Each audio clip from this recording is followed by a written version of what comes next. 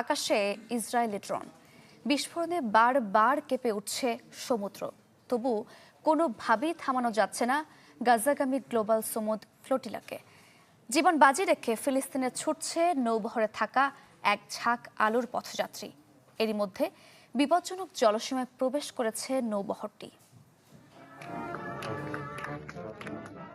যে ইতিহাস মুছে ফেলতে চেয়েছিল সাম্রাজ্যবাদী শক্তি, যে পতাকা নিষিদ্ধ করতে চেয়েছিল জায়ানবাদী ইসরায়েল, সেই পতাকা আর ইতিহাস বুকে নিয়েই সমুদ্র পথে অদম্য যাত্রা গ্লোবাল সমুদ ফ্লোটিলার। ১.৫ দশকের অবরোধ ভেঙে অসহায় ফিলিস্তিনিদের কাছে পৌঁছানোই যার উদ্দেশ্য।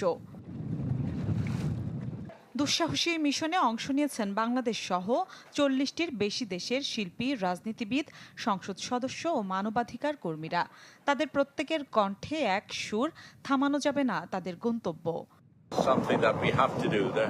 গাজার উদ্দেশ্যে রওনা হয়েছি আমরা। ছোট ছোট নৌকা আমাদের অনুসরণ করছে। বহু মানুষ সি অফ করতে এসেছিল।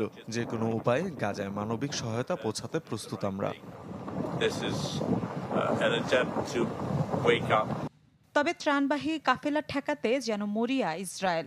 একে জিহাদি ফ্লোটিলা দাবি করে 10টি জাহাজে অন্তত 13 বার হামলা চালিয়েছে জায়নবাদীরা।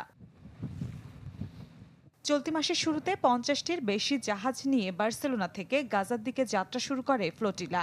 ভূমধ্যসাগরীয় অঞ্চল থেকে পরে যোগ দেয় আরও কয়েক ডজন জাহাজ। তিউনিসিয়া, লিবিয়া ও মিশরের আন্তর্জাতিক জলসীমা অতিক্রম করে এই নৌবহর এখন অবস্থান করছে ঝুঁকিপূর্ণ অঞ্চলে। পরিস্থিতি মোকাবেলায় ফ্লোটিলায় চলছে বেসামরিক মহড়া। তবে মিশনের মূল লক্ষ্য অনুযায়ী সবাইকে অহিংস থাকার উপর জোর দেওয়া হয়েছে। নিরাপত্তার জন্য রণতরী পাঠিয়েছে স্পেন, গ্রিস ও তুরস্ক। ইসরায়েলের অবরোধ ভাঙার প্রচেষ্টা এর আগেও বেশ কয়েকবার হয়েছে। তবে 2010 সালের পর আজ অবধি গাজা তীর পর্যন্ত পৌঁছাতে পারেনি কেউ। চলতি বছর কনশেন্স ও ম্যাডলিন নামের 2টি জাহাজকে ইসরায়েলি বাহিনী আন্তর্জাতিক জলসীমায় আটক করে।